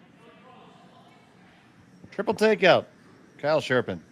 Really nice shot. It's just a shame that, you know, for this Japanese team, it's a little easy hit and roll to sit in the forefoot and force Sherry to a tough draw for one. But yeah, that was a really nice shot. Really nice sweep there too from Sherry to keep that online. Yeah, going back to our conversation there, and I don't really see what the downside would have been to being more aggressive there. Because you take the single point here, you're down 5-2. Likely you're going to be playing against the power play next end. Well, and you made a good point too, right? They've got the power play. They can, you know, they can still force you to likely give up a couple at least. So, yeah, you need to make up that advantage now. But hit or draw to the forefoot and take your one and continue on with this game, I suppose.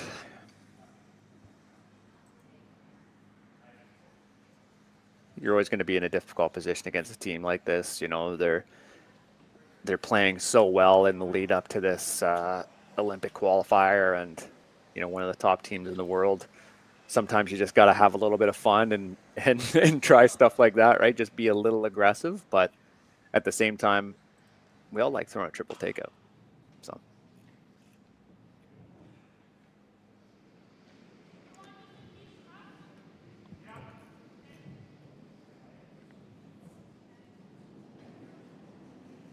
Final stone of the sixth. It's not heavy. No, it's not. They are both on it. Now they're a little bit less concerned.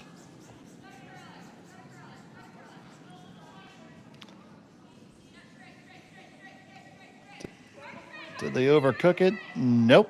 Single point is on the board. They trail by 3. We'll be back from Martensville after this. Developed over a decade in collaboration with the finest ice makers this side of the Atlantic, the Pebblehead PB5 is nothing short of a triumph of sophistication and craftsmanship. Weighing less than half its lumbering copper predecessors, yet boasting tenfold their durability, the PB5 delivers perfect, consistent ice, time after time. The PB5 by pebbleheads.com, the apex of ice-making ingenuity for the roaring game of curling.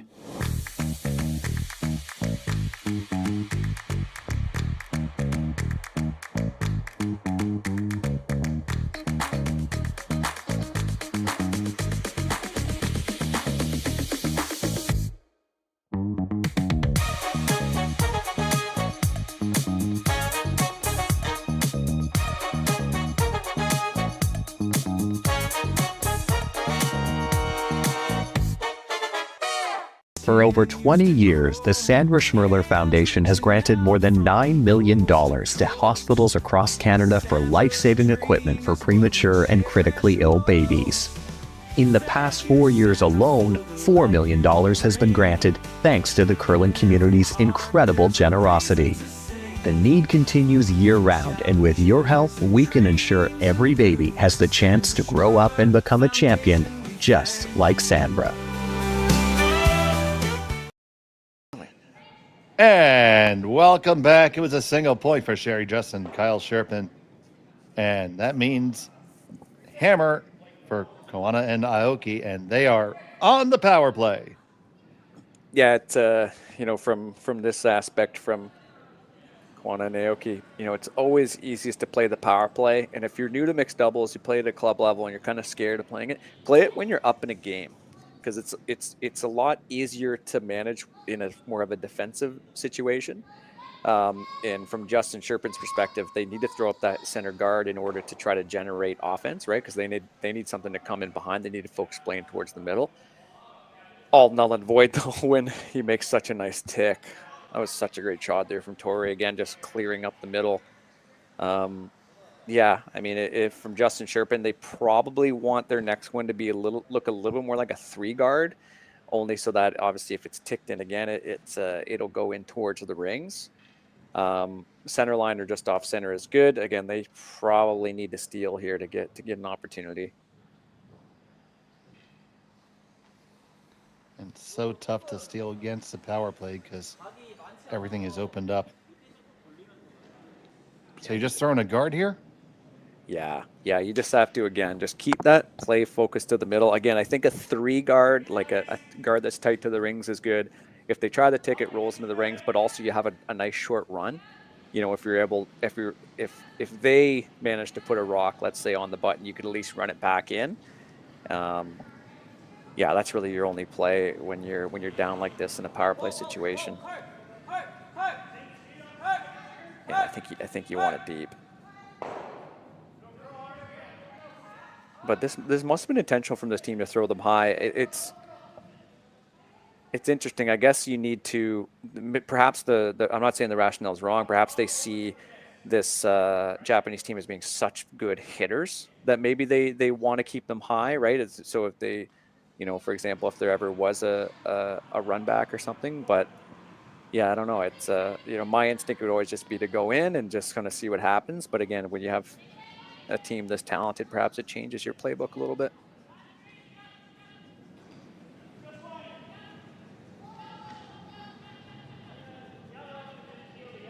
Could make a lot of granite go here. Yep, going to try to catch it on the way by. They end up killing the corner guard, replacing it with their own. So that's always helpful to have your own stone. Super good. Great shot. Yes. So now we're just going to go try to turn it into a force route. Even moving that with that red hit, even just managing to push it so it's even a little bit better than edge to edge on the red rock in the house. Yeah, good outcome there from this team.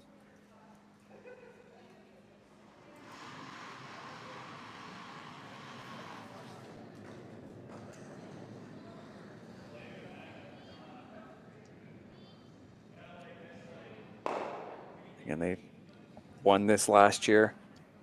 Really hoping to be peaking with this Olympic qualification event in Koana here at the first weekend of December.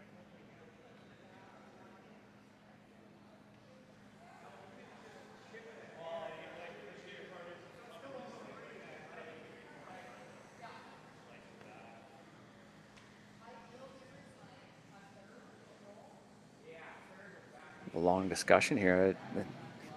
I'm assuming they're trying to get the line right for how they're going to draw in behind. Yeah. You're kind of talking about which hack to take or where along the center line. They have been fooled by that throughout this game, so this line looks okay though. It's going to curl up and finish beautifully. It's a really nicely thrown stone. Perfect little bump too, just to make sure that it's in position. They should be able to get to the inside of it, but at the very least you know, hack weight, force them to throw something that's a little precise. Always love the placement of these shots too if you're yellow, because if they ever get a nose, you know, that yellow stone ends up kind of spilling out into the back of the house and into the 8-foot rings, and those shots really come into play in a power play when it comes down to final stone, right? If you're looking to split the rings or what have you.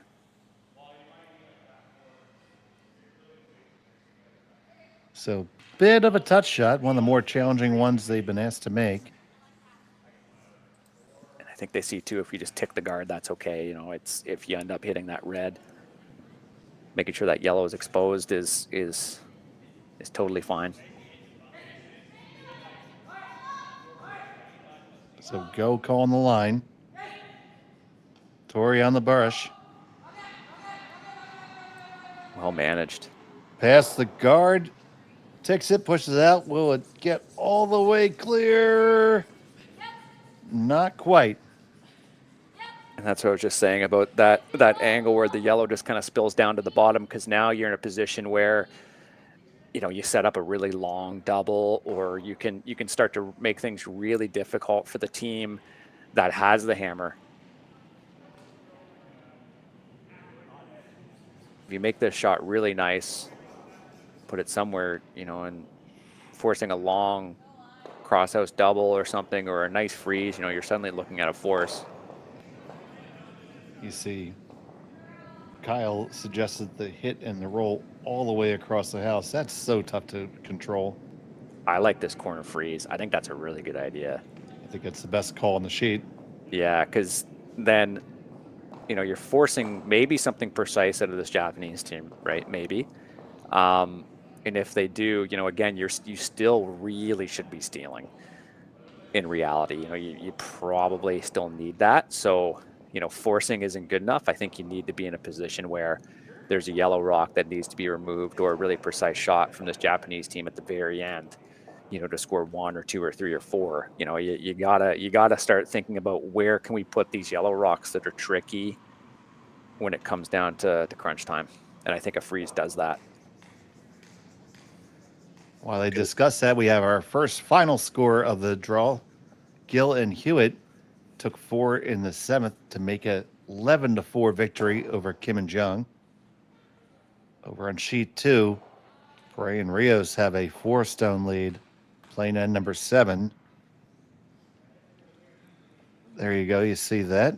Well, looks like they got a single back, so it's 3 stones, but they have hammer now. And I love that. Over here, we have the Langs with a 1-stone lead.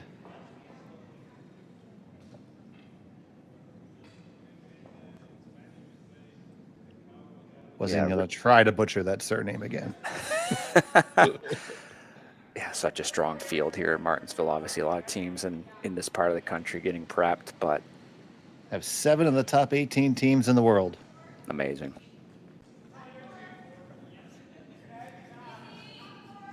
Calling it a little heavy, it looks like, for the freeze.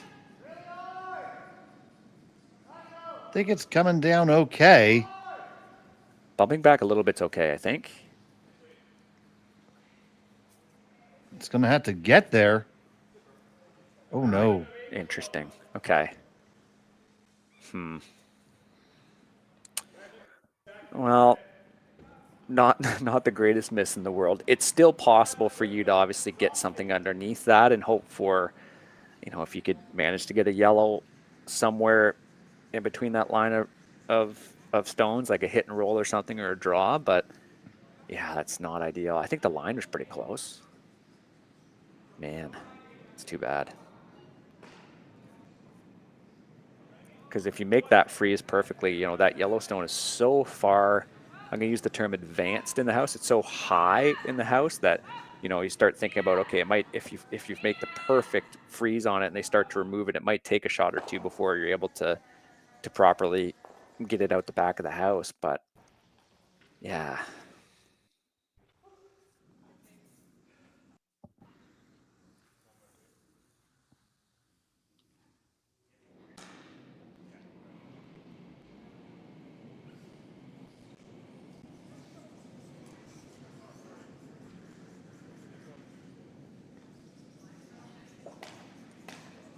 Depth is pretty crucial to this shot.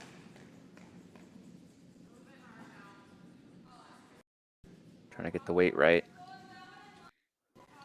Can't leave All the you got to do is split it. Yeah, can't leave the double. Yeah, just want to be behind. Anywhere now is fine.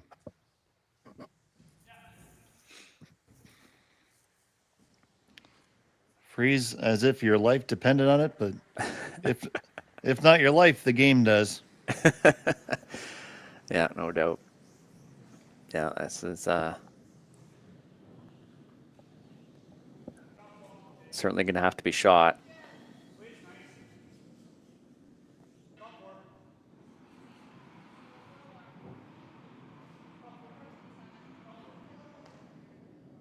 Just a few shots short in this end from making it really good, considering they don't have the power play here, Justin Cherpin, but yeah. Little precision needed from your last rock thrower, which is expected, but yeah, make or break shot, no doubt.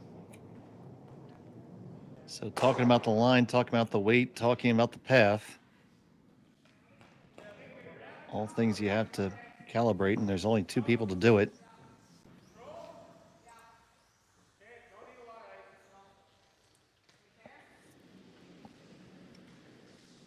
last discussion. stone.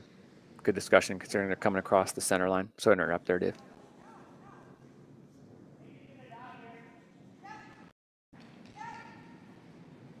Kyle on the brush. The line is looking pretty good. It's all about the weight right now. Do they judge the weight properly? Did they judge it properly? Hang on for shot and lock on. Oh, that is picture perfect. So good. Gave Kyle everything he needed to make that shot absolutely perfect. You can see just how jammed on it is. Wow, that is not easy to remove at all. What a clutch draw, eh? Absolutely. They made that look easy peasy, lemon squeezy, and they're just going to draw for it, I think. Yeah, don't complicate it. Man, what a shot.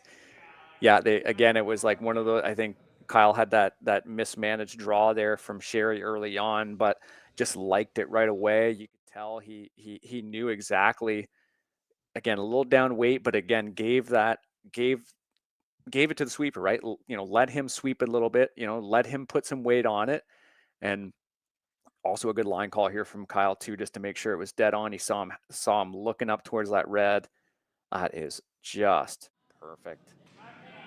And we always say how tough these calls are and to make those dead freezes, and that was a good one there.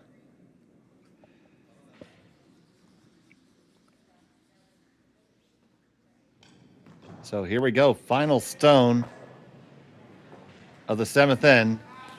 Going to try to fire it out of there is Tori Koana. Aoki flying behind it, and bang, they make it go away. That's an explosive way to get a single, but a single point it is. And they hold a 4-stone lead heading to the 8th end. We'll be back from Martensville after this. Hey, Ben, what's the Aztec Safety online e-learning website again? Yeah, that would be aztecsafety.com. Fire extinguisher and firefighting, we'll send that one to Paul. Now here's a course I should probably take. Conflict resolution. Power line safety. Yeah, I thought it might help me with my line calls. Did you know this Aztec website has over 100 safety courses? Jeez. Aztec Safety online course.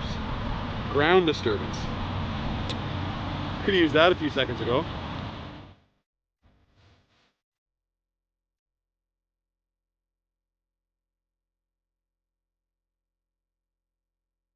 Developed over a decade in collaboration with the finest ice makers this side of the Atlantic, the Pebblehead PB5 is nothing short of a triumph of sophistication and craftsmanship. Weighing less than half its lumbering copper predecessors, yet boasting tenfold their durability, the PB5 delivers perfect, consistent ice, time after time. The PB5 by Pebbleheads.com, the apex of ice-making ingenuity for the roaring game of curling. Welcome back. It's the 8th end of action here. It's a 4-stone lead for Tori Koana and Go Aoki over Sherry Just and Kyle Cherpin. Thank you so much for joining us here on Curling Stadium. My name is Dave Schmirler. I'm joined by Marty Thompson. Connor Sims is in the back spinning the dials. And Sherry and Kyle need to make some magic happen here, Marty. Yeah, maybe a little discussion you want to keep playing, and it's like, yeah, I think they do, just based off of, some of their shot making. Again, their game really hasn't been that bad. They've certainly had their misses, but they haven't really gotten a lot of misses from the other team, to be honest. And that last draw was just so precise. So yeah, might as well keep playing, get something out of this ice, right? Obviously the playoffs are the goal for them too. So get some experience against a team that, for all intents and purposes, is one of, if not the best team in the world. So just focus on that and, focus on the draw weight and bring it into the next game.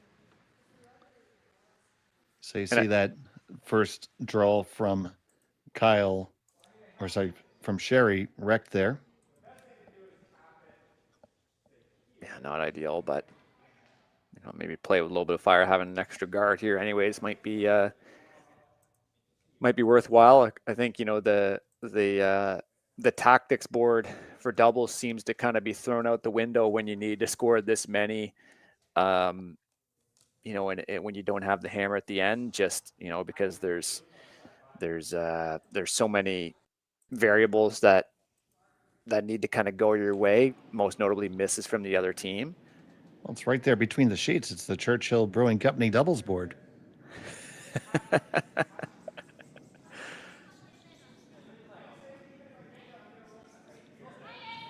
Fine sponsors of the Martensville Curling Club.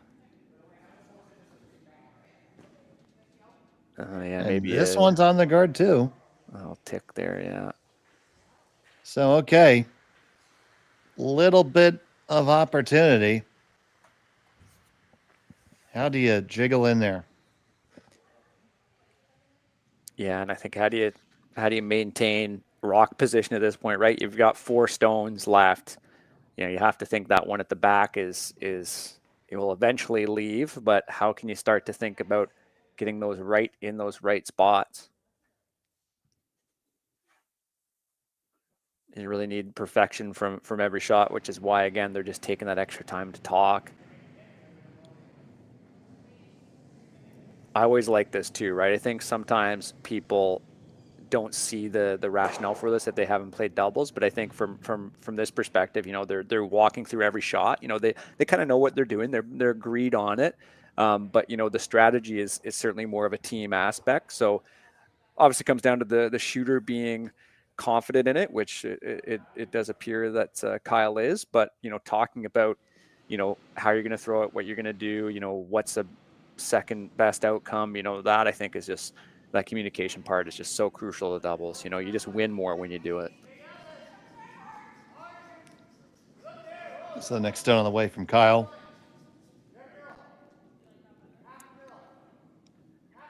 Running Navigates wide, the port nicely.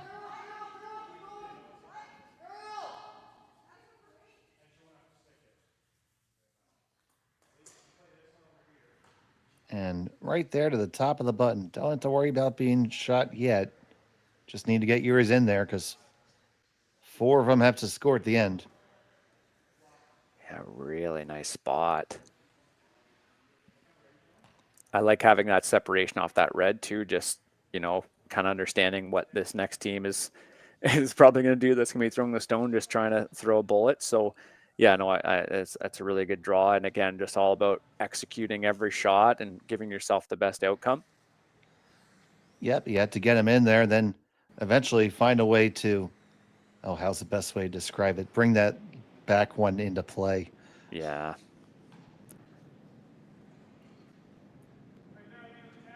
This is interesting. It's running wide, and I'm assuming they're like, are they ticking that red or something, or what are they doing?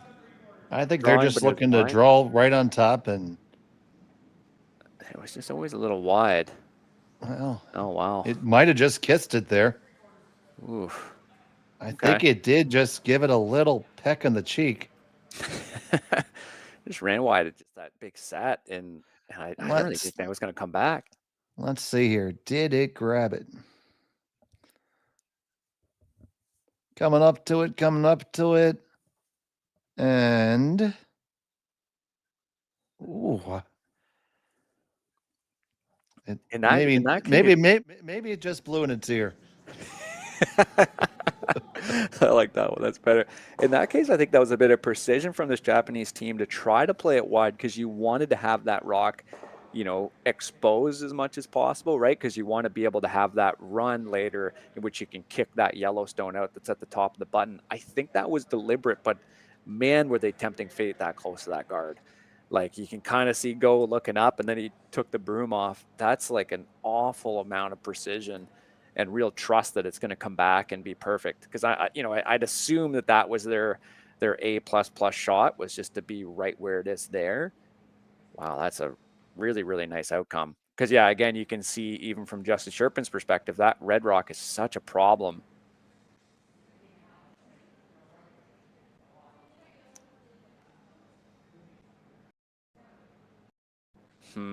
I'd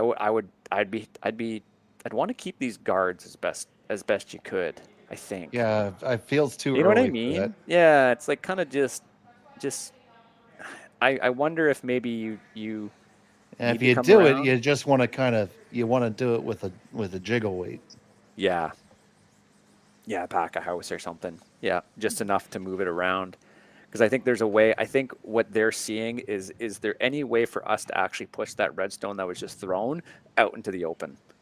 Is there a way to move that? Because if you throw this with that jiggle weight or that smudge weight, to use my own word, if you're able to do that right, you could potentially move it all around in such a way that you might have a red hit or a red double even. Kyle looking for the jostle weight hit here. I like this call.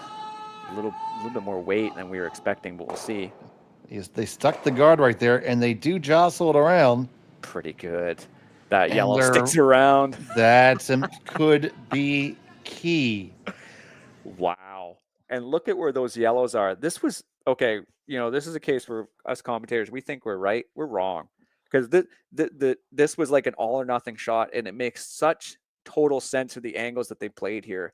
Moving these yellow stones around, not losing that yellow at the back. You now have 2 yellow rocks that are above the tee line. Just on paper, that is a really nice setup for this team. Wow. And they did leave the thrown rock in a runnable position. Yeah. That's so good. You still need to get at least one more in there to be able to get a tie. So Koana looking at this saying, I could just run this straight back, fire a bomb, and kill him. You could even get that yellow at the back, and then that might be game over. It doesn't matter, yeah. Yeah, so man. I think I would be tempted to run that red because the center guard is almost going to be their friend, something to hide behind for the next little bit. And if you peel it out or something, then it's going to be exposed, right? Yeah, if you fire right down Broadway, it's going to be really tough for them to cover everything. Yeah, I think that's the play. Makes sense because, again, it's even if you manage to come over the top of the yellow, you could there's a bunch of different ways you can get rid of yellow stones. And even that red stone that's behind the tee line, that's also not helping you. So if you manage to have some weird hero miss where you manage to tick that red one out, that's fine. It's certainly going to help this Justin Cherpin team for now. Do you see anything else here, Dave, that's like would really ensure a good outcome? I don't. I certainly don't. This game is still making its way along, coming up on the 2-hour mark in just a few minutes. Yeah, there's been lots to talk about, no doubt. Because, you try to tick and then you could miss that.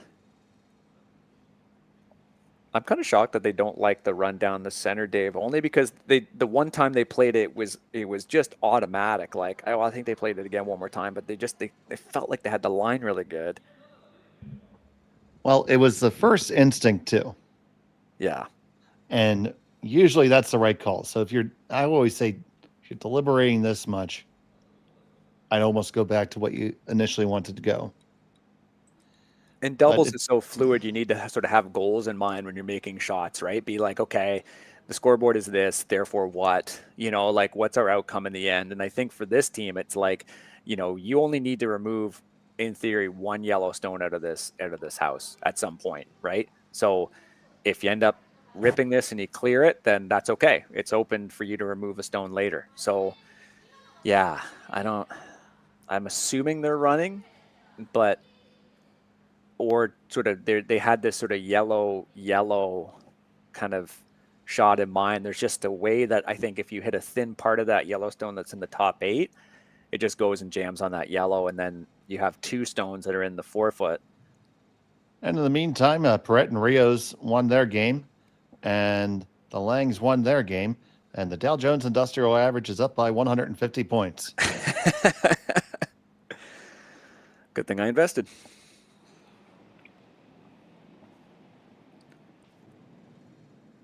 So It's a little down weight shot here. Oh man, broom over the shoulders. Not good. Not good body language. That's generally not good, I'm going to say, buddy. Maybe he just had to stretch. It just didn't like, I think, what he got out of his hand. Out of her hand, rather. Well, you know, that's the called shot. They made what they called.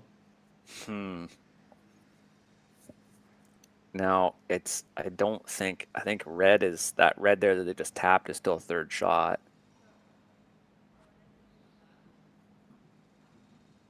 Huh.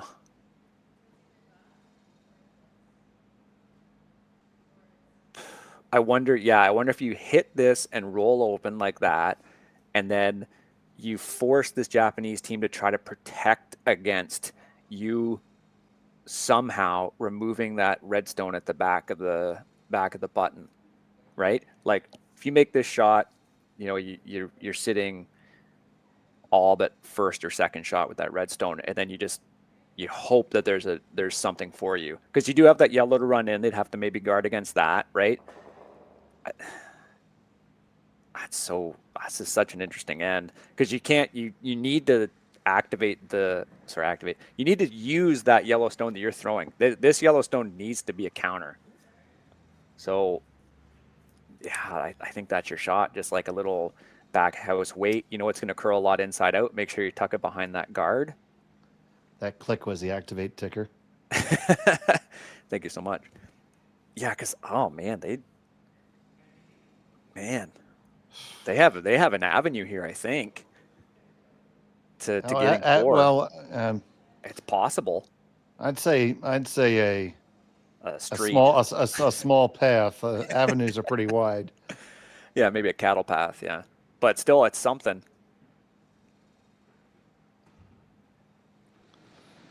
Trying to find the bike lane to victory.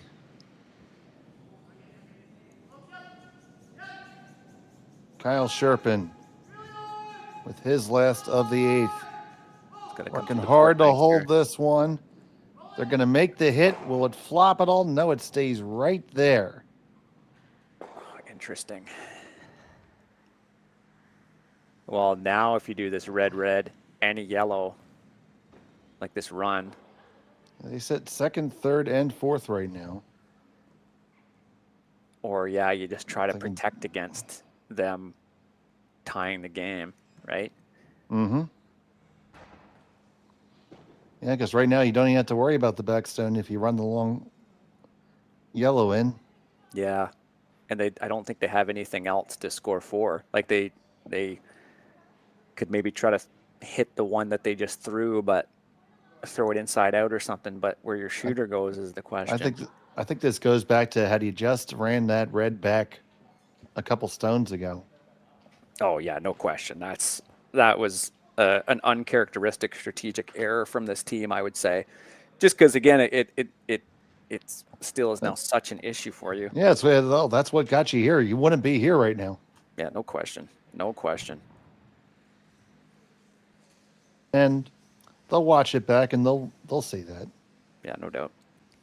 It's doubles is so tough, right? You play a game and then you get off the ice and you're like, why did we do that? You know, you can see it from the best teams in the world, right? It's just, it can be so fluid. It can be so, you know, dependent on what you're feeling. And sometimes that just happens. But thankfully, there's just such good throwers. They can make up for their strategic mistakes.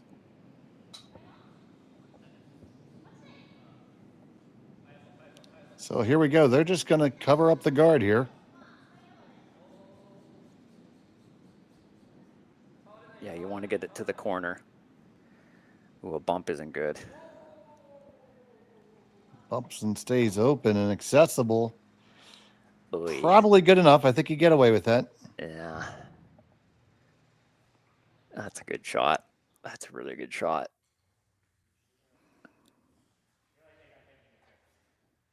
Okay, so I'll tell you what I see and see if you see it.